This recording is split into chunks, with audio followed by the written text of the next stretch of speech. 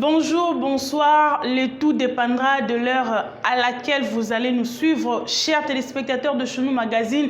Et si quand nous sommes bozolanda biso to pesi bino mbote et tozali ko souhaiter bino bolandi malamu ya numéro ya lelo numéro tozali ko dédié na ba nyonso bolanda kabiso na monde entier, spécialement à tous les Congolais ezala ba bazwami na Kinshasa, RD Congo, topé libanda ya mboka parce que ya lelo ezali spécial prière pour la nation. Un grand événement au Wapi Bolanda qui même na sports au Wapi le pasteur François Mutombodi voici l'homme a convoqué qui fidèle a convoqué qui tous les chrétiens pour une prière pour la nation congolaise par rapport à toute la situation qui se vit, que ce soit sur le plan sécuritaire, que ce soit sur le plan social. Nyon soezali ko salema nzambe alola lobela qui est pour être prière moko salema pour cette nation qui est la République démocratique du Congo. Maintenant numéro ya lelo nous n'allons seulement pas nous arrêter sur la prière pour la nation tokozwa bongo extrait, il y a enseignement au Bandi à la Seka Kalembelembe, un nouveau thème qui a commencé déjà depuis ce dimanche au 12 juin 2021. Thème Ezali, la maison de mon père. Et Nasuka émission peut tout la retour sur un événement qui a marqué la semaine passée, remise il y a diplôme de mérite, na pasteur François Mutombo, na collège yaba pasteur au Baouta Kilibanda ya mboka pour na fidélité et loyauté naé envers papa naé évêque Pascal Mukuna. Une fois de plus, mesdames et messieurs, bolandi malamu ya Chonou Magazine ndenge na uti kolobango tout à l'heure na annonce tozo banda bongo na thème ya sika o bandi ala seka kalembelembe musala moko munene. Thème principal ezali la maison de mon père. Alors pour avoir une idée sur cet enseignement qui a commencé tolanda bongo extrait ya culte. Il y a premier culte, Mokolo ya dimanche 13 juin 2021 à la Seka Kalembelembe avec Vassilon.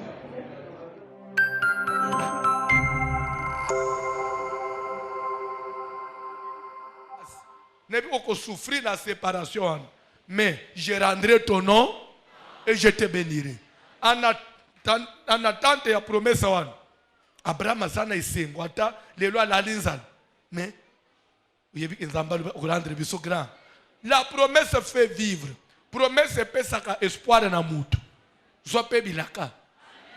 Ya yo bila eza aka tozo mona liwa. Nde la ozozel. Balo eyo ofanda na libala te wale zelaka. Nom de Jésus. Tika ba prière tozo sala mikolo. E bongo le pe prophétie na yo. Ozo ba promesse. Ndenga na zote ya suki na bengi ba profeta muna pasteur tozo sambela nzamba lobi oyo zo mono oyo ezana nelo ote na kotombola yo ndezo motiver nga na sala sumakasi misuko yo ya yo ilakeza kanini. D'ailleurs nzamba lobi même tole isaba département nyoso na prophétie serviteur lobi mina ilakate to bengani yo mais papa ozana ilakate ou vendre la ligne.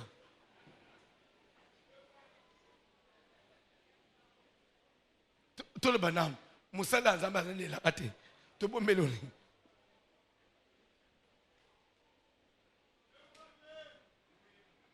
Ça m'a pas emboulé. Protocole ça et la cas, on l'a tous une formalité. Ça c'est sérieux. Ça m'belle déjà mingue. Vous l'avez n'a profité un peu bilaka.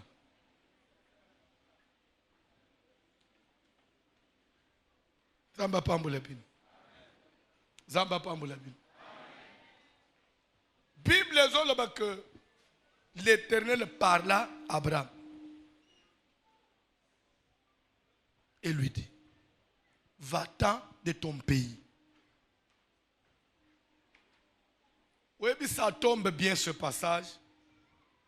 Na musala tozana unamboka. Nzamba yeba kamboka ya mutu. Il dit, va-t'en de ton bimana mboka na yo. Même Abraham a dit na mboka na ye. Cause le chrétien elingi olobate oza ekolonini te ngana mu Yesu oza venturier. Oza venturier. Oza ekolonini te na mu Yesu. Mu Yesu pa.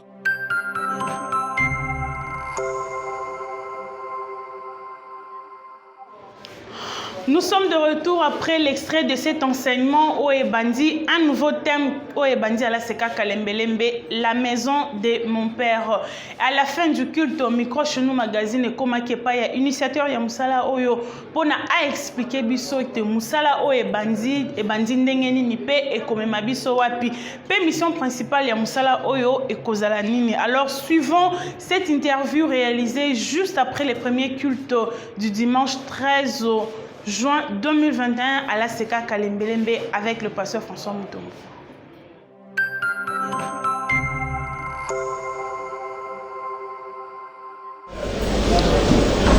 La maison de mon père. Genèse chapitre 12 à partir du premier verset.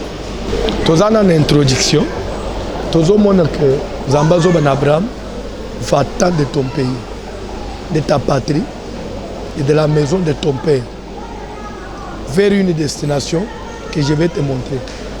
Je rendrai ton nom grand, je te bénirai.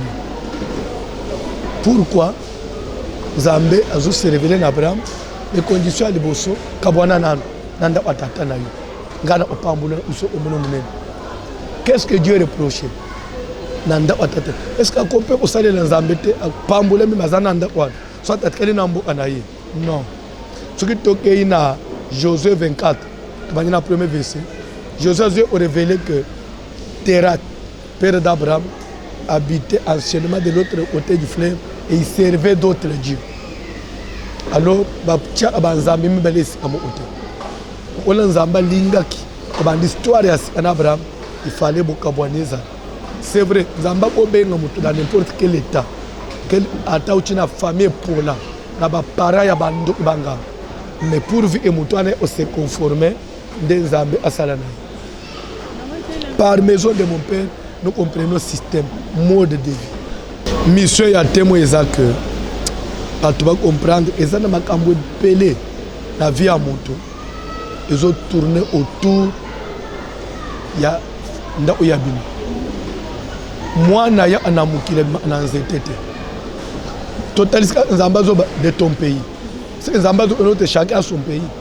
Chacun a une famille. Chaque personne a un papa. Il a une maman. Mais comment il y a une église où il ignore la famille? Même Jésus, Jésus de Nazareth.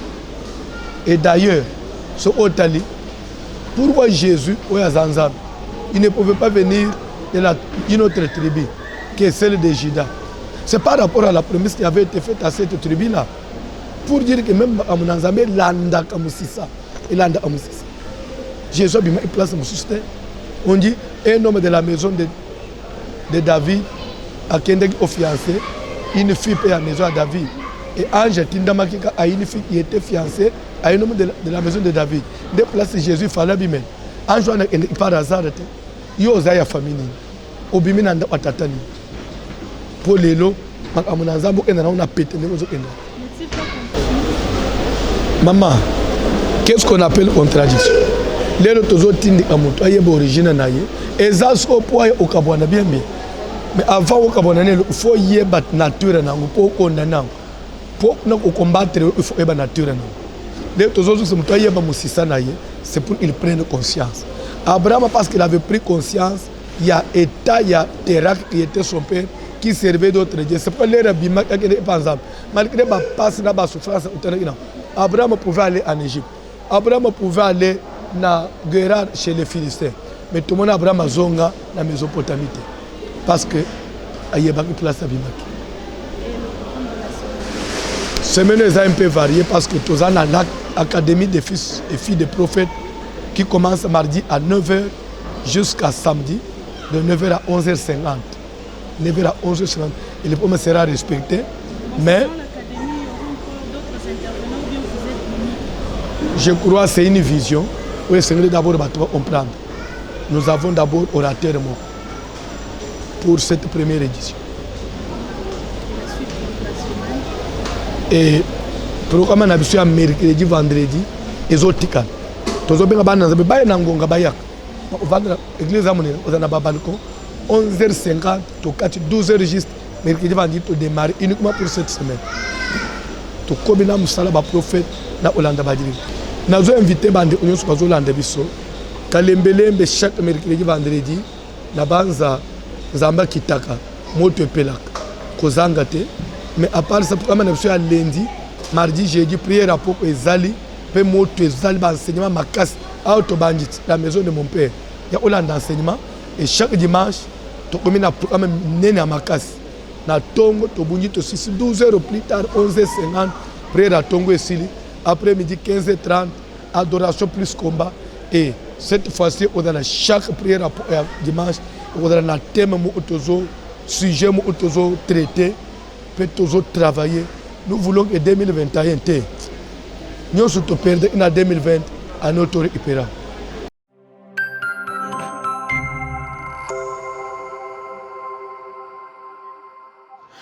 Et voilà, Bouti Kolanda, le commandant du temple qui a expliqué l'importance de Moussala Oebandi et a participé au programme détaillé pour cette semaine. Et retenez bien parce qu'il a dit au cours de cette interview, programme concernant l'école du ministère, Ezali, première édition et académie des fils et des filles du prophète. Ezali Kobanda Bongo, ce mardi, à la Seka Kalembelembe Kobanda mardi 15 juin, Kino Mokoloya, samedi, ndeko za la clôture, il y a première édition, il y a Académie des fils et des filles du prophète. Il sera l'unique orateur. Alors prenons rendez-vous déjà à partir de ce mardi 15 juin 2021 à la SK Kalembelembe à partir de 9h30 pour participer à cet événement, à cette académie où Eko Sunga vraiment Batunion So Baspira Kana Musala Nzambe équipe chez nous magazine Peto Kozawana toujours pour nako pesa kabino de temps en temps résumé chaque journée pe déroulement na yango ndenge zali kolekana et c'est par cet élément de tozali commettre un terme.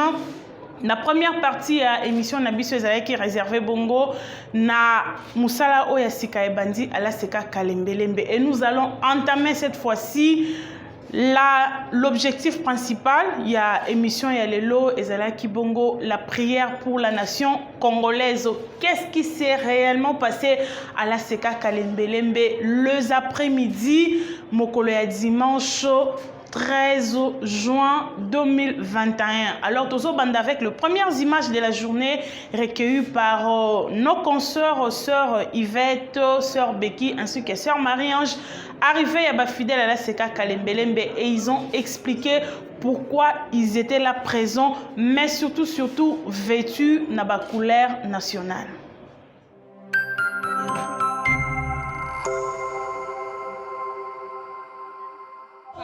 Dieu existe, voilà, quand on peut s'en aller là, quand on va comprendre ça, on peut essayer le côté, quand on a des richesses. Oui, comment richesse c'est ça, il va capable bien, c'est pour cela par exemple pour les abisso. Maintenant qu'on essaie va bon côté encore toujours, il y a faut soutenir Congo, il n'a pas prié, il n'a pas nyonso. Si ça s'agit pas quand abisso pour tout ce côté. On faut soutenir. Ça c'est l'ambiance de chez nous en tout cas. Ma concert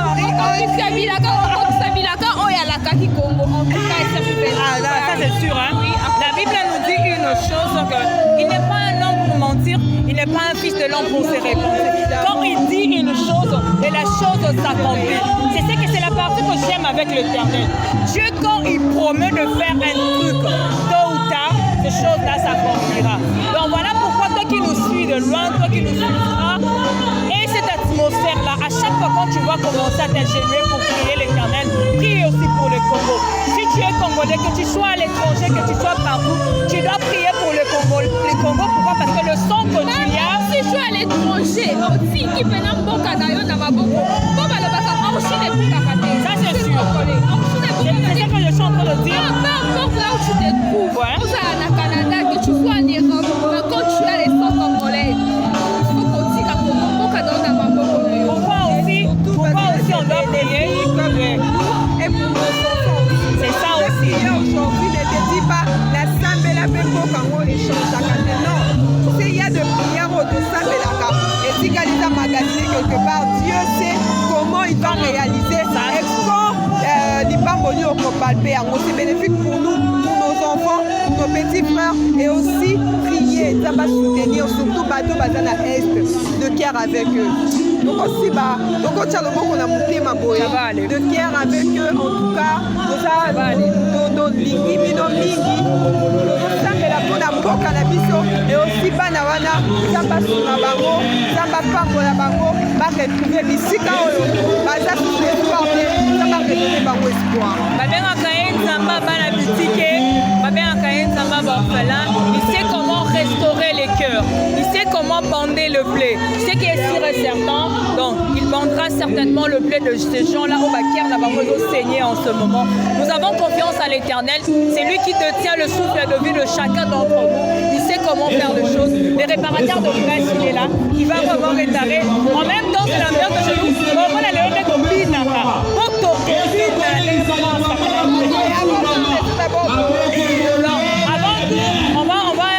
passer par les interviewer les fidèles de Okapé par rapport à Kulti Alelo. Et puis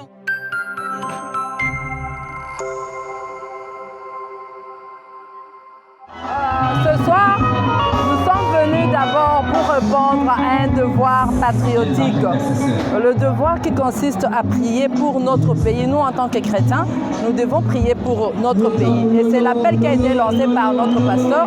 Voici l'homme François Mutombo, l'homme qui a lutté contre la Covid-19 dans ce pays et qui l'a éradiqué.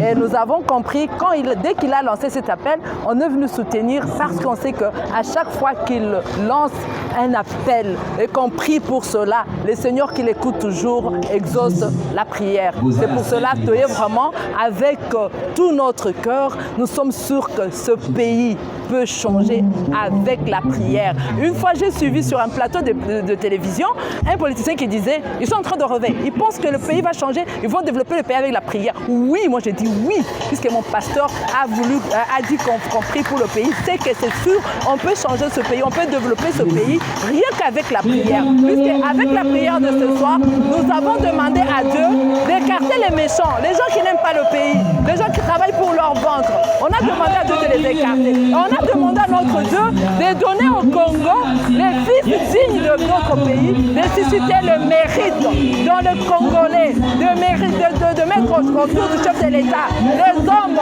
qui ont la connaissance, qui ont la bonne volonté, qui ont étudié, puisque le Congo a beaucoup de mérite. Il y a des gens qui ont étudié dans ce pays, qui ont étudié à l'étranger, qui sont doués, qui peuvent mettre leur intelligence au profit du pays, mais qui sont écartés. Alors par cette prière, nous avons demandé à notre Dieu d'envoyer ces gens-là, de leur mettre à des places qu'il faut pour booster notre pays au développement. Et nous sommes sûrs que notre Dieu, avec cette prière, nous le verrons. Merci. Mama Lucienne, Asa Moninga, c'est kaka lembelembe. Papa na biso aloba kitoko mela pona mboka na biso. Yango Moninga na ye na sika ona lati. Drapo ya mboka na ye na kati sika pona kobondela pona Kongo na biso. Sambe na biso apambola mboka na biso. Etumba nyonso tema na mboka oyo tozobondela lelo. Sambe ya Wasila asukisa likambo wana. Lobi biso mpe tosepela. Bana mpe basepela. Biso bamama tonyokami bana mpe banyokwa bazwi na Kongo. Bana bazotanga bakasi lobi toza na posa biso mpe tosepela. Libombanie na biso ezala ya malamu ezala ya kimia na kati ya mboka na biso po toa na mboka mosusu te kaka Kongo. Biso toa bakongolais.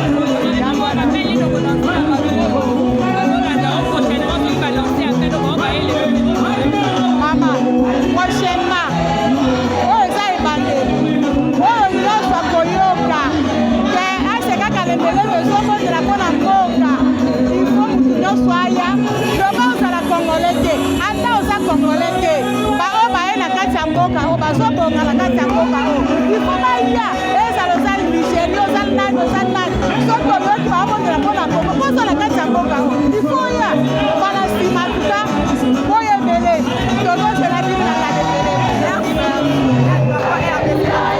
Ok, naye prière, d'abord naye toye prière ya adoration ya dimanche. En cela toye pe pona prière pona Congo. Telaka makambo ezoleka na mboka na biso na este, tozala biso pasi.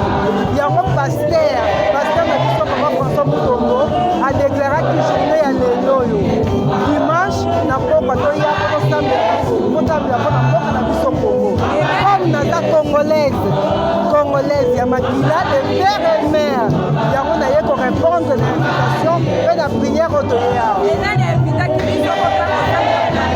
moto invité biso eza paster na biso papa François Mutombo ye na invité biso yaya lelo eza jour spécial eza journée spéciale mpona mboka na biso tosambela mpo nzambe asunga mboka na biso RDC tozwa misala bambongo bavoyage mituka nyonso ta journée esengo makasi mpona mboka babengisi biso le priere ya lelo toye mpona kosepelisa kongo mpona kobondela mpona kongo voici lo masali milulu moko abengisi bakongole nyonso eponi ekolo te eponi mpe eglise nyonso lelo tobengami lelo tokobondela mpona kongo mpona mboka na biso tozobondelaki biso nyonso tozala bomoko yango moni lelo tosangani biso nyonso eza invitation moto abengisi eza voici lo yango tosangani na kalembelembe biso nyonso oyo meme aza na kati na ndako soki ayoki milulu dezeba toza awa ti 19h20 tozobondela mpona kongo yango eloko tobengisi nzambe akosala délivrance mpona kongo eloko tozobondela mpona kongo toboyima tolingi malamu ezala na kati ya kongo tozala bomoko yango tomai tosali manifestation ya kobondela mpona kongo.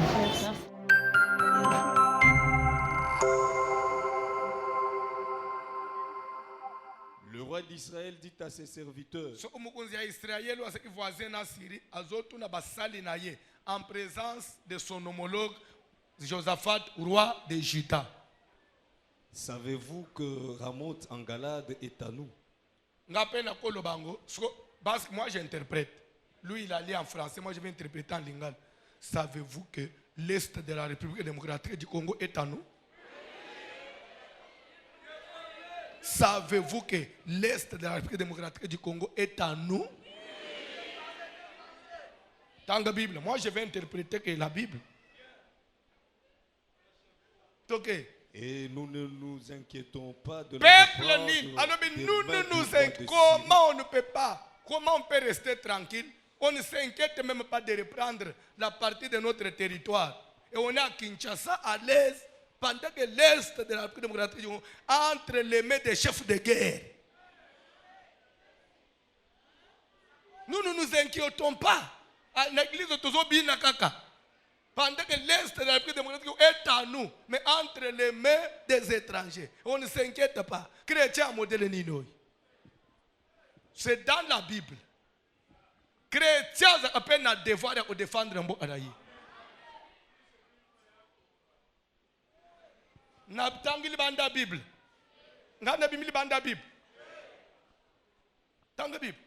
Et il dit à Josaphat, à Tunis au Josaphat, veux-tu venir avec moi attaquer Ramoth en Galade? Est-ce qu'on peut accompagner un gâteau qui va attaquer le chef de guerre? To zongi samboka na biso mobimba. Josaphat répondit au roi d'Israël. Nous irons. Toko kende parce que zali kangwa mabele ya Israël. Ah zali kangwa parti politique te. Zali kangwa mabele ya Israël ya Congo. Ya ana ya Congo. Toke komunde kimingai. Josaphat répondit au roi d'Israël. Josaphat ayebisiye. Nous irons. Nazape mu Yuda. Toko kende toza mabele ya Israël. Mon peuple comme ton peuple. Toke. Mes chevaux comme tes chevaux. Est-ce que les locaux ont le esprit moko? O sambel, ba o bazana front, ba tiki banda kuna bango. Nzamba sunga bango. Lobi pe tomo na bango bazongeli basina bango. Na bana da bango balibike makambo esili tozongeli pe banda kuna biso. Ba o pe bakanga mi kuna tomo na pe babandi otambola na Ishasa. Un jour yo pe oke usumba madesu ya Goma na kimya pe oyo teki. Tome sana ko lia pome ya Goma, tome sana fromage. Biloko nyoswana la plupart ya lisusu te. Pona nini? Ah, Congo. Ngombe o ya fresh wana ezala akoya na tongo na njili au na avion.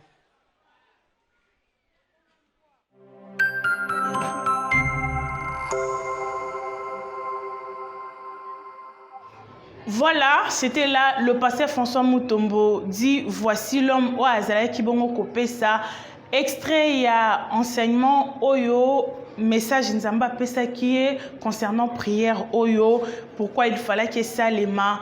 Et surtout, Ezalaki Moussala Moko, Ezalaki ko toucher tous les plans, il y a Bavinabiso sur le plan sécuritaire, sur le plan social, na ba plan nyonso, des messages au Ebima qui peut prier, des sanctions qui vraiment parti Oyo. Nous avons eu à prier sans cesse.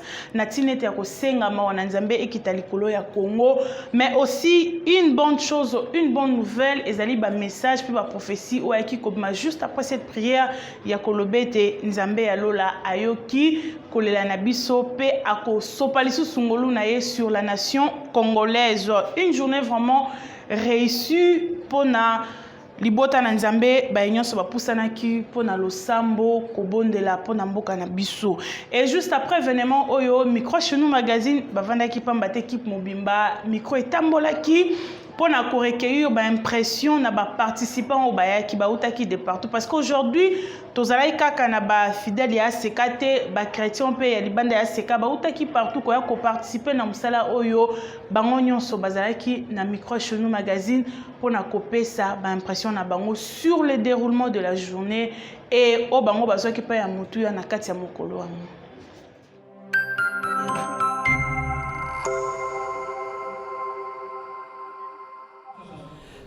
Maman nazana nokopesa Nzambe merci pour na initiative et salami na église na biso ezali temps de Dieu pour na mboka au Congo. Toyebi ki en tant que Congolais tozana devoir kosambela pour na mboka na biso. Mukanda na Nzambe za ko recommander biso lobi to sambela ka pour na mboka na biso pour bonheur en mboka ezali ko dépendre na biso. En tant que Congolaise na yele loko sambela pour na mboka na ngai afin que Nzambe asilisa o ezali lokola ba guerre na ba na mboka mobimba et puis na yepe kolandalité et lobi musana Nzambe a exhorté biso lobi que to senga bolimbisi pona tina ya mboka na biso parce que na mboka na biso ezali na batoyo ba kufi na ezali lokola ba sa innocent lokola Nzambe aza ko défendre o ba bengi lokola sa innocent biso pe to ko senga pardon parce que mboka na biso ba sa innocent ezebele. Et puis la kisi biso pe ke mukana na Nzambe lobi ba humilier moi cité mais a on mboka na biso to moni basi bakufi batia bango banzete ba musu bakati bango ba sexe ba musu bakati bango mabele même valeur à moi si etikala jamais comme na mboka na biso te tozali mboka o ezali humilier o ba humilier pe femme o ba bengi femme lelo to sengi pe Nzamba limisa pona makambo wana na puis to sengi Nzambe o ya biso alobi ke akosilisa koye bengami lokola guerre mboka oyo bato nyonso batikali bazali mutu makasi mutu nyonso akokota azala homme politicien o aza soda akokufa o akokota lisusu na makambo mpona koboma mboka kombo na ye kufa. Non vraiment activité eleki malamu ezaloko esalami na bomoto te eza inspiration euti epai na Nzambe e tozondima ke kaka ndenge tosambeli wana vraiment esali ba effet na monde ya molili parce que guerre ya Congo eza bitumba molili eza makambo normal te mais lokola tosambeli toleli epai na Nzambe vraiment ba Congolais bazala rassurer que à partir de après musala oyo vraiment changement ekotalisama parce que Nzambe pa lobaka confirmer biso ke après musala oyo toyoka ba éco stabilité kozala par-ci par-là c'est mboka ekozonga normal. C'est un peu ça. Okay. Mon point de vue est que je suis très contente parce qu'au moins on organise des moments pareils pour penser à notre pays. C'est comme si à un certain moment notre pays n'était pas abandonné. Il y a eu l'instabilité, beaucoup de mal, beaucoup de choses qui se passent. Quelque part, il faut quand même se retourner vers Dieu pour que nous puissions implorer sa grâce pour notre pays. Ce pays a besoin d'être soutenu en prière. Et je crois que ce qui a été fait aujourd'hui, vraiment, ça va rester dans l'histoire de cette nation. Tu sais, quand papa commençait à parler de ça, en tant que femme, j'ai été vraiment choquée. J'étais vraiment choquée parce que la femme, c'est celle qui porte la vie. C'est la femme qui porte toute une vie. Comme on dit, éduquer une femme, c'est éduquer toute une société. Mais regardez comment la femme a été chosifiée dans cette nation. Regardez comment la femme a été déconsidérée dans cette nation. La femme, on n'a pas donné la valeur à la femme. On a abusé de la femme, on s'est joué de la femme. On a oublié que c'est la femme qui a donné la vie. Moi, je pense que c'est un temps très fort qu'on a pu avoir aujourd'hui pour prier aussi pour ça.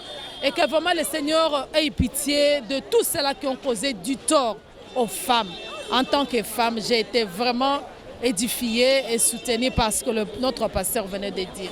Merci. ndenge tosambeli mpona mboka eza na pasi mingi bato batangi baza ebele bato bazangi misala baza ebele bana basisi baklase misala eza te bafonctionnaire misala nini salaire malonga ete bazomona pasi basina bazomona pasi oza baposa mboka ebonga bato basepela mpe na mboka oyo tosepeli bakasi ndenge paster asali nde abengi paster loto mpe ya koyemba oyo nzembo tosangisa bana nyonso ya kongo tozala monoko moko tozala ekolo moko tozala nini bolingo ezala makasi toyinana te tozala bomoko asepeli nango yango wana. Merci. Non, point de vue nanga eza que journal lelo ezaki journée mo dédié pour la nation et vu la situation ezolekana na mboka mikolo donc ezalaki un peu mieux les lots moi prière et salema pour talaka ba fonctionnaire parce que ça là ba salaire malonga te biso ba jeune talaka ba vivre compliqué yango te se décida ki les lots to ya en tenue ya nation pour sambela pour la nation makambo simba ba guerre na STC là donc zamba salangolu makambo ce qui est bien. En tout cas pour la vision ya pasteur Nabiso mon papa que j'aime beaucoup François Vassilom Mutombo. Nazoloba pour la vision où ça a été réussi, c'était coup de chapeau pour ça parce que il y a les anaba pasteur belé bazoa ba initiative mais basali langote mais il y a que ça les lango c'est quelque chose de mieux pour na biso ba congolais. En tout cas, j'apprécie cette initiative, ça a été meilleur pour moi.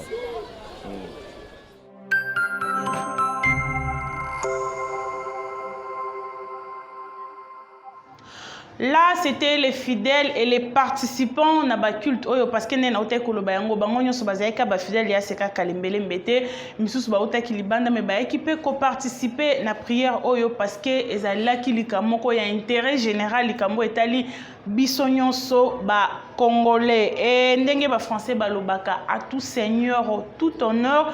Nous allons sanctionner cette deuxième partie. Il y a émission na biso na interview ya pasteur François Mutombo dit voici l'homme. Yé initiateur ya musala oyo prédicateur du jour. Yé oyo azwaki message et pas na nzambe na suka ya musala oyo azalaki na micro Chenu magazine pour na kopesa susu ba détails concernant le déroulement ya journée mais aussi la suite du programme. D'abord pour la Seka Kalembelembe, mais aussi pour ce genre d'activité et comme on a kosa les malisusu, to et kosa les maté, to landae et puis to kutani juste la cima.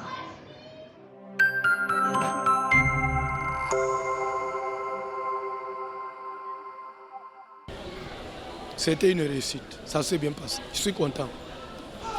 On ne fait pas des choses par sentiment. Si on l'a fait aujourd'hui, c'est parce que Dieu nous l'avait demandé. Si Dieu nous demande, on va le faire. On ne fait pas des choses par sentiment. Non, mais même si Dieu ne nous avait pas recommandé de faire l'action qu'on a faite aujourd'hui, mais prier pour le pays, nous le faisons tous les jours.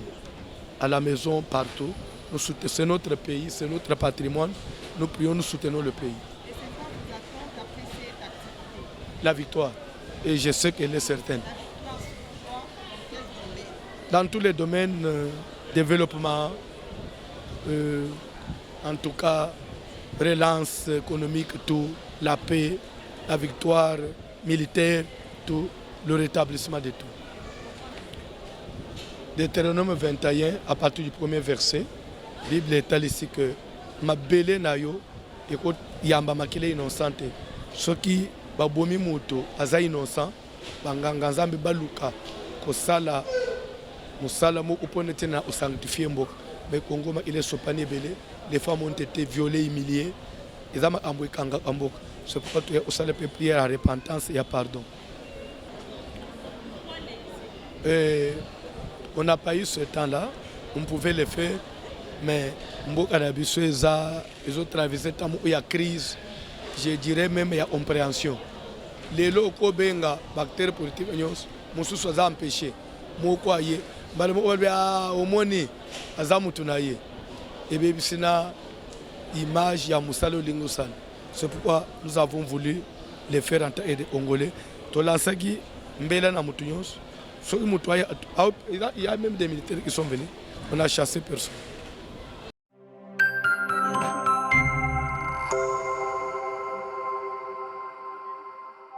C'est par cet élément de Tozali qu'on sanctionné deuxième partie où il vraiment un message principal il y a émission Nabiso Lelo prière pour la nation congolaise et lo comme ko senga bino prochainement ceux qui misala ya bozali kolekana n'hésitez pas à venir participer car l'avenir du Congo ezali pe ko dépendre na biso moko na bana o pe biso tokobota de génération en génération parce que le lot tu peux te dire que nga makambo netali ngaité mais le ko bota bana on a vivre na Congo bozala na makila ya ba congolais alors ezali likambo etali biso nyonso tozanga kate ko répondre na ba invitation ya boye soki et pesami et tozali ko soit déjà parti ya suka pona numéro na biso lelo ezali retour sur un autre événement très important qui a marqué la semaine à la Seka Kalembelembe ezali ki bongo remise ya diplôme de mérite oyo collège des anciens et des pionniers,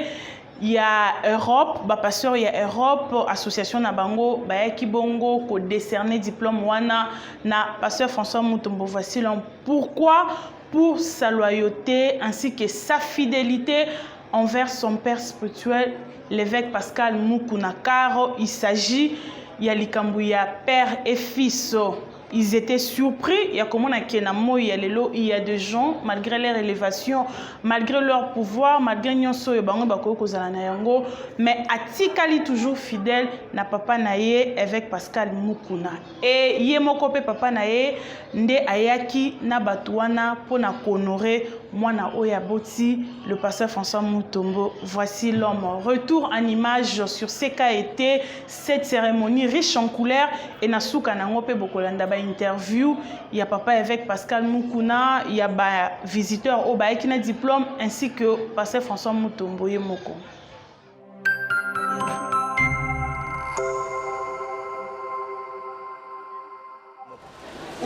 Bango, fidélité, loyauté, tout, je ne sais pas les mots qu'il faut, mais il y a Moutouye Zak, ce que j'ai retenu, le salam alam, de Koufarate.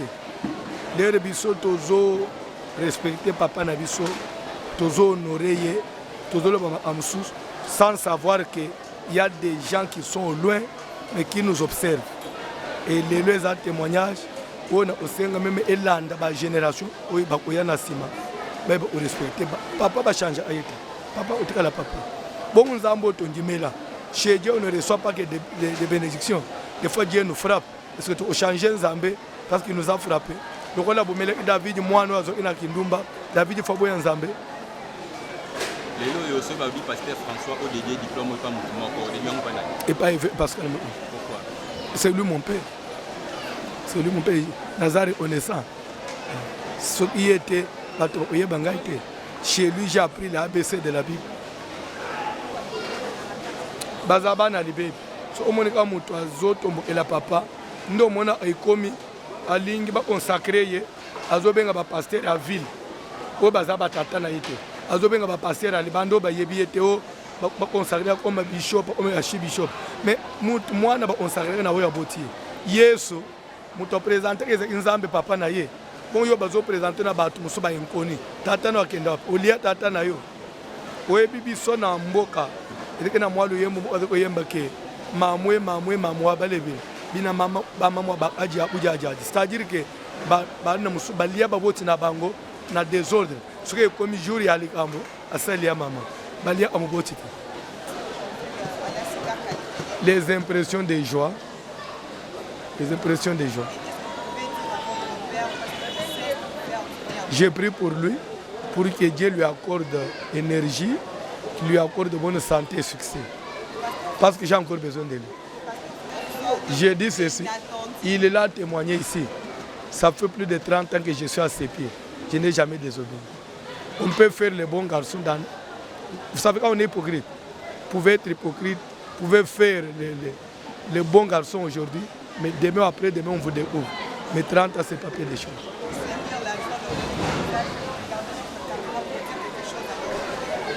Que Dieu bénisse l'évêque Pascal Mukuna, qu'il lui accorde de longévité, succès, grandeur. Papa, on a encore besoin de toi. Longue vie.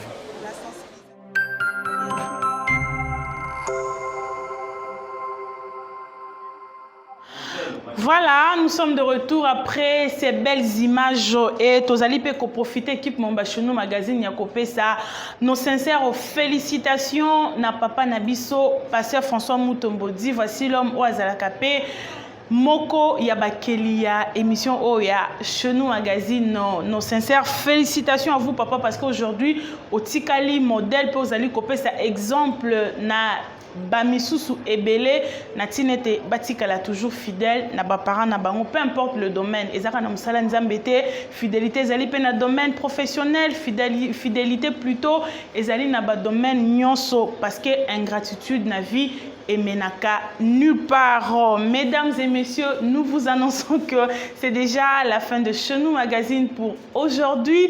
Nakoki Kosilisate plutôt sans couper sa merci na frère Patrick Oazaki derrière la caméra. Il s'est fait assister par frère Richard du côté photographie ainsi que Léon Billy qui a signé la réalisation. L'intégralité, il y a image à Soka Bauti Kolanda, ezali bongo na chaîne Nabiso YouTube, Chenou Magazine TV. Abonnez-vous pour Wanda Kolanda de temps en temps des émissions, des vidéos, des belles choses. Au beau aura peut-être temps ya Olanda na TVT, ezali wana na chaîne Nabiso YouTube. N'oubliez surtout pas que la Covid-19 existe bel et bien au Congo. Troisième vague déjà est Bandeko, Tomi Batela, Nami Batela, Yomi Batela, Peto Batela, Bao Yabiso. N'hésitez surtout pas à observer les gestes et barrières. Toussez na coude, lavez-vous le main de temps en temps. Portez vos masques, respectez la distanciation sociale. Bon, évitez pas que tambola pamba soko za nelo ko sala te parce que maladie oyo ezali koboma et puis ezali réel. Protégez-vous. Ndenge bato français balobaka, la santé n'a pas de prix. Moi je vous prends congé et vous donne rendez-vous déjà la semaine prochaine pour un nouveau numéro. Portez-vous bien. Au revoir.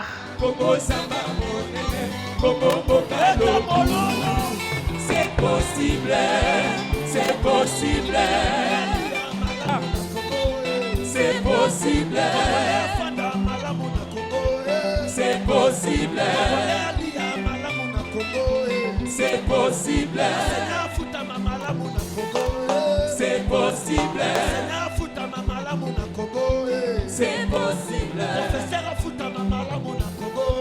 c'est possible. C'est possible.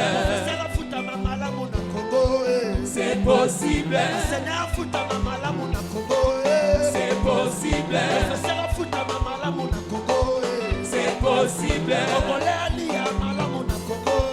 C'est possible.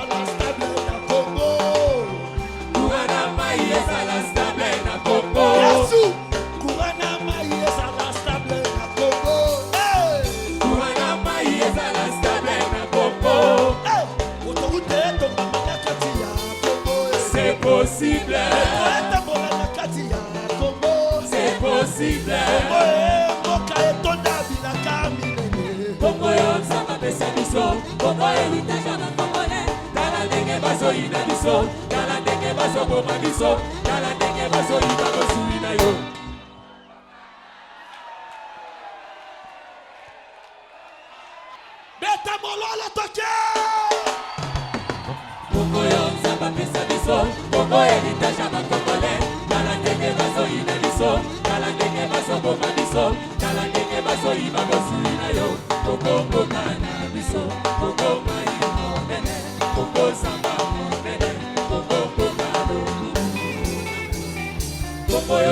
pesa biso Congo héritage ya bakongole tala ndenge bazoyina biso tala ndenge bazoboma biso tala ndenge bazoyiba bosuli na yo Congo mboka na biso Congo mai monene Congo samba monene Congo c'est possible c'est possible c'est possible c'est possible